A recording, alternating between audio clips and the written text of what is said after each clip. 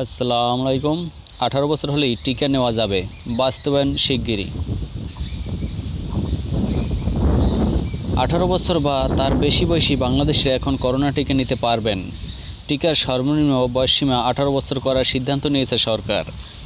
প্রধানমন্ত্রী এ বিষয়ে নির্দেশনা দিয়েছেন। দ্রুত সময়ের মধ্যেই এই সিদ্ধান্ত বাস্তবায়ন হবে বলে জানিয়েছেন স্বাস্থ্য অধিদপ্তরের মহাপরিচালক আবুল বাশার খুরশিদ আলম। শুক্রবার 23 জুলাই বেলা 11:30টার দিকে মুগদা জেনারেল হাসপাতাল পরিদর্শন শেষে সাংবাদিকদের এক প্রশ্নের জবাবে তিনি কথা বলেন। তিনি বলেন, প্রধানমন্ত্রী শেখ হাসিনা আজ সকালে এ বিষয়ে নির্দেশনা দিয়েছেন। আমরা স্বাস্থ্যমন্ত্রী জাহিদ মালিকের সঙ্গে আলোচনা করে দ্রুত সময়ের মধ্যেই এর বাস্তবায়ন শুরু করব।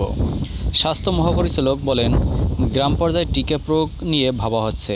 গ্রামের মানুষদের জন্য অন্যান্য টিকা যেভাবে দেওয়া হয় সেভাবেই করোনা টিকা নেওয়া যায় কি না এ বিষয়ে সরকার পরিকল্পনা করছে। যদি এ সিদ্ধান্ত বাস্তবায়ন হয় তাহলে জাতীয় পরিচয়পত্র এবং টিকা কার্ড দেখেই টিকা নিতে সম্ভব হবে, নিবন্ধনের প্রয়োজন হবে না। এদিকে গত 19 জুলাই করোনা ভাইরাসের টিকা নেওয়ার বয়স 30 বছর নির্ধারণ করেছে স্বাস্থ্য অধিদপ্তর। এর আগে গত 5 জুলাই করোনার টিকার বয়স 35 বছর করা হয়। দেশে টিকা নিবন্ধনের শুরুর দিকে 55 বছর বয়সীদের টিকার জন্য নিবন্ধন করার অনুমোদন দেওয়া হয়েছিল। পরে নিবন্ধন কম হওয়ায় আরও বেশি সংখ্যক মানুষকে টিকার আওতায় আনতে বয়স কমানোর সিদ্ধান্ত নেয় স্বাস্থ্য অধিদপ্তর। সে সময় 55 থেকে বয়স কমিয়ে 44 বছর করা হয়। এরপর দ্বিতীয় দফায় কমিয়ে 40 বছর করা হয়। তৃতীয় দফায় টিকা গ্রহীতাদের বয়স কমিয়ে 35 বছর করা হয়।